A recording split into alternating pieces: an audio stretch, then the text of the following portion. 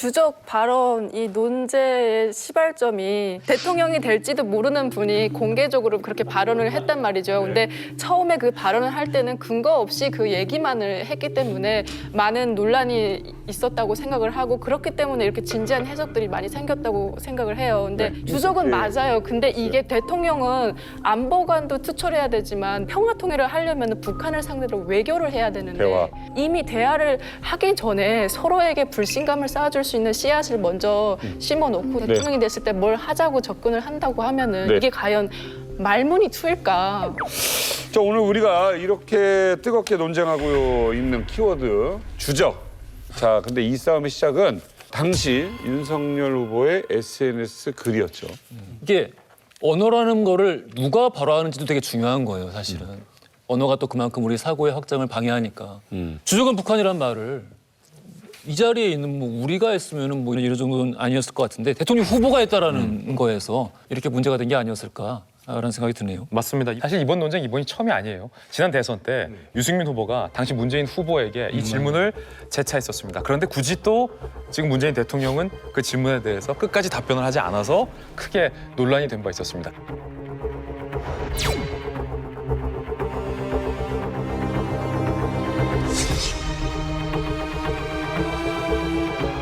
북한이 주적입니까? 북한이 우리 주적입니까? 주적. 그런 규정은 대통령으로서는 할 일이 아니라고 생각합니다. 아니, 아직 대통령 안 되셨으니까. 국방부 북방백서에 북한군은 우리 주적이다 이래 나오는데 그렇게 강조하지 마시죠. 왜냐하면 강요가 아니라 우리 유 후보님도 마찬가지로 대통령이 되시면 남북 간 문제를 풀어가야 될 입장이에요. 필요할 때는 남북 정상회담도 필요한 아닙니다. 것이고. 대한민국 국군 통수권자가 북한군을 주적을 주적이라고 못한다? 그거 말이 되겠습니까? 대통령 될 사람이 해야 될 발언은 아니라고 봅니다. 이 대선 끝나고 이런 거 보니까 묘한데요? 저건 그런 문제가 있어요. 그러니까 우리 당 혹은 우리 보수 진영하고 민주당이나 이제 진보 진영 차이가 안보에서 기본적으로 지켜야 될 것들이 저희들이 있다고 보는데 예를 들어서 코로나가 아니라면 한미 연합 군사 훈련은 빼먹지 말고 하고 북한이 탄도 미사일을 쏘았을 때 저것을 탄도 미사일이라고 부를 수 있고 이 정부가 못 불렀어요. 발사체. 발사체. 불상이라서 네. 불상의 발사체. 이상의 뭐 불상. 이상해. 그러니까 안보에 있어서 기본적으로 지켜야 될 것들을 안 지키니까 이제 대선에서 어떤 태도냐 자세냐 입장이냐 이걸 확인할 필요가 있다고 보는 거예요. 알아요. 누가 적인지, 누가 대응해가지고 우리를 지키는지 다 알고 있거든요. 뭐 위에서 뭐라고 싸워도 관심 없습니다. 그분들 싸움이고 그분들의 이권 투쟁이라고 보고 용도를 보세요. 주적이란 말의 용도. 간단합니다. 안보랑 아무 상관없어요. 첫째는 뭐냐. 상대 후보 사상 검증용이에요. 그쪽. 두 번째는 요번처럼 지지층 결집용입니다.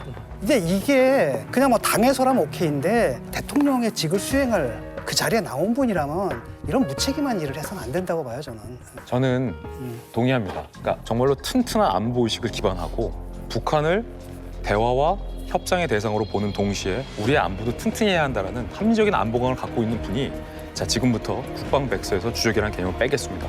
라고 하면 저는 언제든 두 팔 벌리고 환영하겠습니다. 하지만 출마하시려는 의도가 지난 네. 국방백서에서 주적이 빠진 지난 5년간 우리 안보가 주적이 있었을 때보다 증대됐습니까? 아니면 그렇지 않았습니까?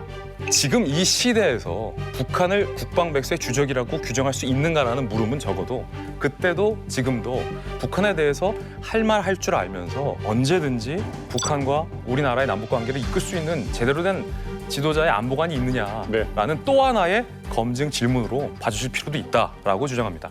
뭐 대선 때마다 나오는 것은 결국 어떤 뭐 표하고도 관련이 있겠지만은 국방 백서를 사실 국민들이 다 읽지는 않죠.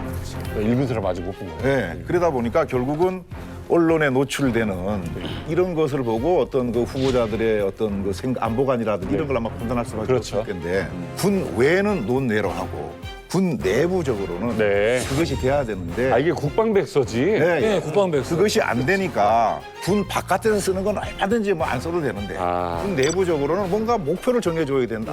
군대 있을 때 국방은 필요한 게 얘기하기만. 그러니까 아까 그 우리 영토를 위협하는 세력은 우리의 적으로 간주한다고 할 때 국방위에서 단골 메뉴로 등장하는 게 일본 문제예요. 예. 일본은 우리의 적이냐?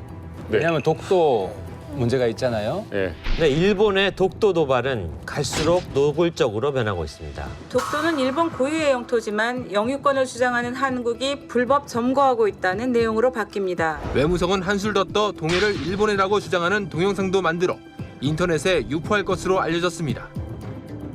그래서 항상 질문 중에 우리 형. 독도에 군인을 왜 배치를 하지 않습니까? 지금 경찰만 가 있고 경찰만 가 있죠. 가 있거든요. 네네. 아니, 그러니까 일본이 언제 그 먹으려고 할지도 모르고 네. 정치적 야욕을 끊임없이 표출하고 있잖아요. 네. 그러니까 이제 군인을 배치해야 된다고 얘기를 하는 거예요. 그러면 이제 많은 의원들이 동의를 합니다. 그럼 국방부랑 우리 정부의 공식 입장은 그렇게 하면 사실 더 자극하잖아요. 오히려 독도가 분쟁 지역인 것처럼 전 세계에 광고하는, 그러니까 우리의 국익을 오히려 해치는 이런 생각이라고 볼 수 있는데, 제가 이제 국회에서 이런 이야기를 하려면 굉장히 큰 용기가 필요해요. 너 친일이냐? 단순 논리가 왜 말을 되는 거예요. 못해? 우리 영토에 우리 군대 배치하자는 걸 반대해. 네. 근데 일본보다 우리 삶 속에 더 깊숙이 들어와 있는 게 북한이에요. 저는 그래서 사실 이런 논쟁이 굉장히 필요한 논쟁이고 건강한 논쟁인데, 네. 단 하나, 국방에서 만약에 일본이 주적이다라고 이런 지침이 내려오면요, 교전 수칙, 작전 계획, 그리고 무기 체계 이런 게 다 바뀌어야 돼요. 그러니까 이게 그래서 정치와 군사가 문제도 있고 타당할 네. 때도 있는데, 북한이란 존재는 일본에 비해서 훨씬 우리한테 민감하고 네. 쉽게 결정할 수 있는 문제는 아니다. 아니, 그러니까 그게 사실상 일본이 침공을 하면 우리가 독도를 지키기 어려운 상황이잖아요. 왜 군사력상, 해군력이나 공군력이나. 그런데 그들이 만약에 이제 평화헌법이 만약에 개정이 된다면, 그래서 진짜 군대를 갖게 된다면은 그들의 함대의 존재 자체가 우리한테 굉장히 큰 위협이 되는 거예요, 잠재적인. 거기에 대해서는 우리는 또 군비를 또 증강을 해야 되고. 그러니까 결국은 북한을 주적으로 하게 되면은 일본은 이제 부적이 되는 거예요. 왜냐하면 부적이 있어야 주적이 있는 거잖아요. 그러니까 중국도 부적이 돼야 되는 거고, 이래야 되는 거예요. 그치? 그럼 부부적은 누구야? 부부적. 부부적은 누구야? 후보가 당선이 돼도 애매했어요. 도입하려면 엄청나게 또 말이 많거든. 그다음에 당 대통령이 되면은 군사적인 부분만 아니라 남북 관계 안정적인 관리를 해야 할 책임이 있어요. 그렇기 때문에 박근혜 대통령 같은 경우 그렇게 강경한데도 불구하고 중국군 사열대 올라간단 말이에요. 천안문 광장에서 열린 역대 최대 규모의 중국 전승절 기념행사에 박근혜 대통령이 30여 개국 정상과 함께 참석했습니다. 우리 정상이 천안문 성루에서 중국 전승절 열병식을 참관한 건 이번이 처음입니다. 중국군이 어떤 군대입니까? 6.25 때 우리 쳐들어온 군대고 그 쳐들어와서 우리가 지금 분단이 되어 있는데 거기까지 올라간 거거든요. 그걸 갖다 우리가 뭐라고 얘기를 하지 않았던 것은 대통령으로서 네. 그런 노력을 해야 할 의무가 있기 때문에 우리가 참아주는 거잖아요. 그러니까 이런 문제에 대해서는 좀 양쪽이 좀 참아줬으면 좋겠어요. 어차피 거기도 대통령 되면 똑같아요. 다르지 않아. 진보 쪽에 진중권 교수 같은 사람만 있으면 논쟁할 필요도 없어요. 김성민 대표님 한마디만 좀 더 해주세요. 지금 국회의원님 얘기도 듣고 교수님들 얘기 듣고. 북한을 어떻게 보는가에 따라서 여러 논쟁들이 있는 것 같은데, 우리가 확실하게 명심해야 될 건 북한은 안 변한다는 거죠. 북한의 소위 적화 통일 노선은 죽어도 살아도 안 변하는 건데, 한국군이 북한을 어떻게 보냐, 한국군 통수권자 될 사람이 어떻게 보냐, 이게 중요하고 이게 군인들에게 결정적으로 영향을 미치기 때문에 이런데 우리가 좀 주의를 덜해야 되지 않겠나. 저는 희망을 가지는 게, 우리나라의 주적이 북한이 아니라면은 어느 나라입니까? 그래서 24.6%면 없다 그랬어요. 왜 우리가 적이 꼭 있어야 되는가? 적이 있어야만 우리가 존재하는가? 그런 나라가 있죠. 북한이잖아요. 통일하기 전까지는 쉬면 안 되잖아요.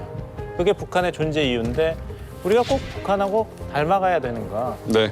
그래서 저는 오늘 느낀 게 별로 생각에 차이가 없어. 하트링 의원님이나 장군님이나 우리 김진 기자나 생각에 차이가 없는데 이게 굳이 이렇게까지 얘기를 핏대 올리면서 할 얘기인가? 라는 생각이 들었거든요. 난 우리 국민도 마찬가지라고 생각해요. 우리 국민도 평소에 이 문제에 대해서 동일하게 생각을 하고 있는데, 주적이냐 주적이 아니냐라는 이분법적인 질문을 발화해서 던짐으로써 싸움을 부추긴다는 생각이 이게 다 정치인들 때문이네요. 맞아요. 아니, 솔직히 말하면 국방백사에 적든 말든 간에 국민들이 모르거든, 관심 없거든. 근데 이제 대선 후보가 뭐 경선장이나 아니면 토론장에 나와가지고 그 말을 꺼내는 순간 문제가 되는 거거든요.